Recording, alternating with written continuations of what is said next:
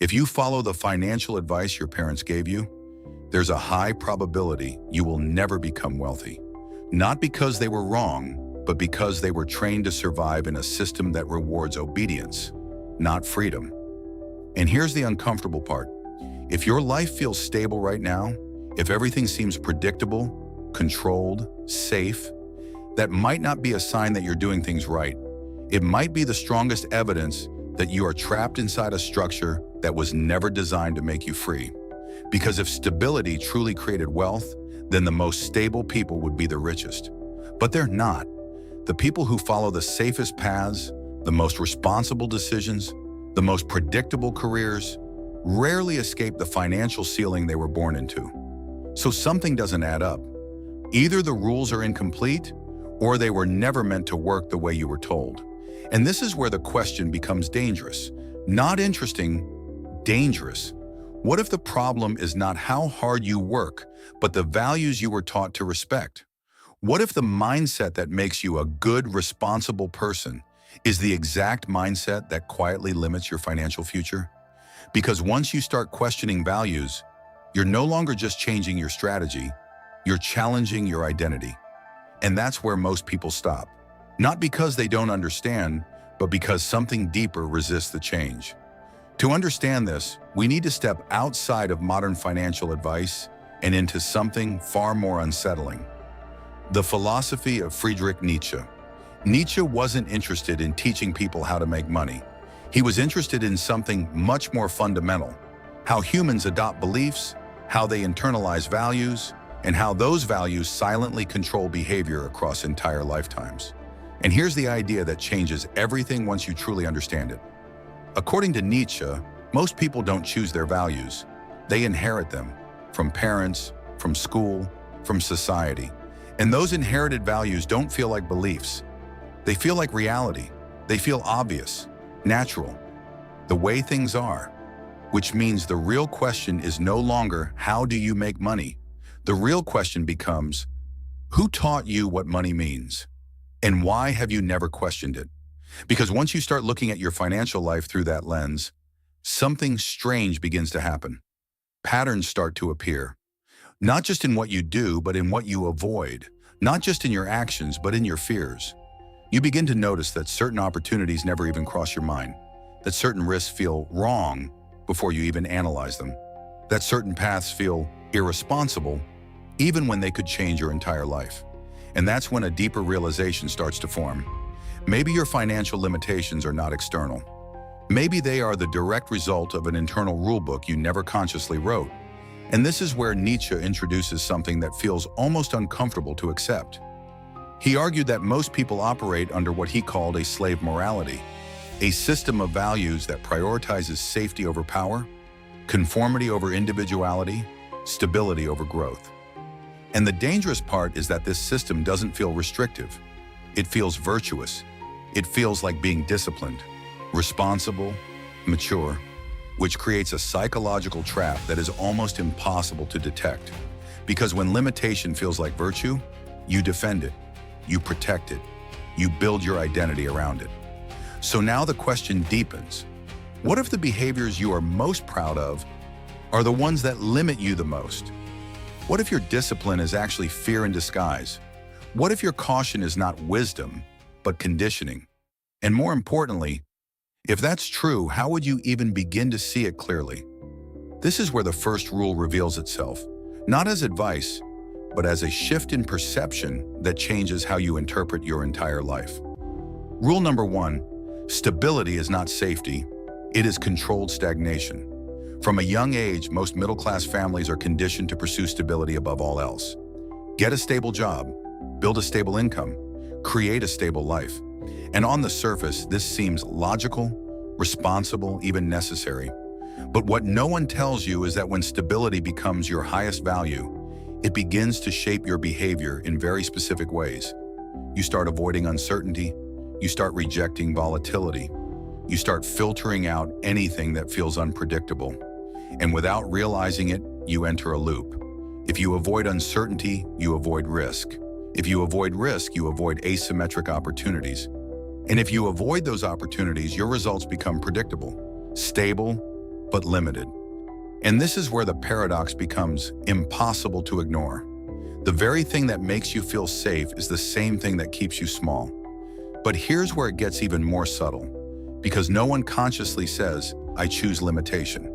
Instead, they say something that sounds completely reasonable. "I just want security." But what they don't realize is that security, as it's commonly defined, often comes at the cost of freedom.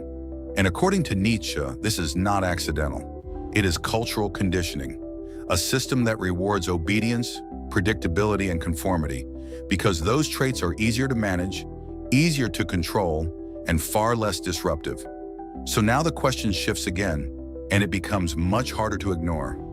At what point does your desire for stability quietly become your fear of growth? And once that shift happens, can you even recognize it? Because by the time most people feel comfortable, they've already built a life that is incredibly difficult to change.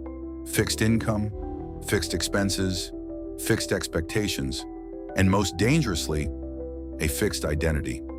And identity is where this becomes almost irreversible, because once you see yourself as someone who plays it safe, every decision you make will reinforce that identity.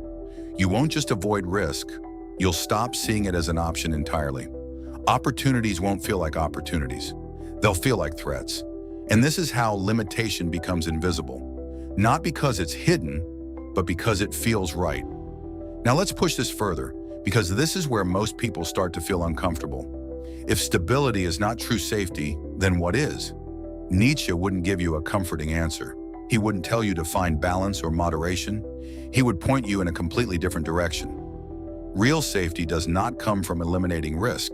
It comes from increasing your capacity to handle it, which means the goal is not to build a life where nothing can go wrong. The goal is to become the kind of person who can handle when things do. And that shift changes everything, because now the question is no longer, how do I protect what I have? It becomes, how do I expand what I'm capable of? But that question creates tension, because expansion requires discomfort. It requires uncertainty. It requires stepping into situations where outcomes are not guaranteed. And this is exactly where most people retreat. They feel the tension, they interpret it as danger, and they go back to what feels safe, back to stability, back to predictability, back to the same patterns that keep them where they are. And the loop continues. So here's the question I want you to sit with before we move forward, because everything else depends on how honestly you answer it. If the life you are building is designed to minimize risk, is it also designed to limit your potential? And more importantly, is that a trade you consciously chose or one you inherited without ever questioning it? Because the next rule will take this even deeper.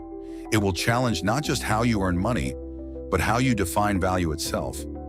If stability is not safety, then the next question becomes unavoidable. What exactly are you working for? Because most people never stop to define this clearly. They inherit a goal without ever questioning its origin. Make money, save money, grow slowly, retire someday. It sounds logical. It sounds responsible. But if you look closer, something feels off. Because this entire model assumes that time is abundant, that opportunities are predictable, and that life will unfold exactly as planned. And deep down, you already know that's not true. So why do we keep acting as if it is?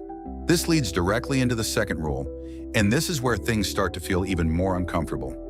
Rule number 2, saving money will not make you wealthy. It will only make you feel in control. Now, this doesn't mean saving is useless. It means saving, by itself, is not the path people think it is. Because saving operates within a very specific psychological framework. It assumes that the game is about preservation, not expansion. It trains you to focus on what you can protect, rather than what you can multiply. And this creates another loop. The more you save, the more you feel responsible. The more responsible you feel, the more you avoid risk. The more you avoid risk, the fewer opportunities you take. And over time, something subtle happens. You don't just protect your money, you start protecting your limitations. And here's where Nietzsche's perspective cuts deeper than most financial advice ever will. He would argue that this behavior is not just practical, it is moralized. People don't just save because it's smart, they save because they believe it's the right thing to do, which means any alternative behavior, like investing aggressively, taking risks, or pursuing exponential outcomes doesn't just feel uncertain, it feels wrong. And when something feels wrong at a moral level, you don't analyze it, you reject it automatically. So now the question becomes more precise. Are you avoiding risk because it's objectively dangerous, or because it conflicts with a value system you never chose? Because once you start asking that question honestly, you begin to see something most people never notice. The middle-class mindset is not built to create wealth. It is built to avoid loss.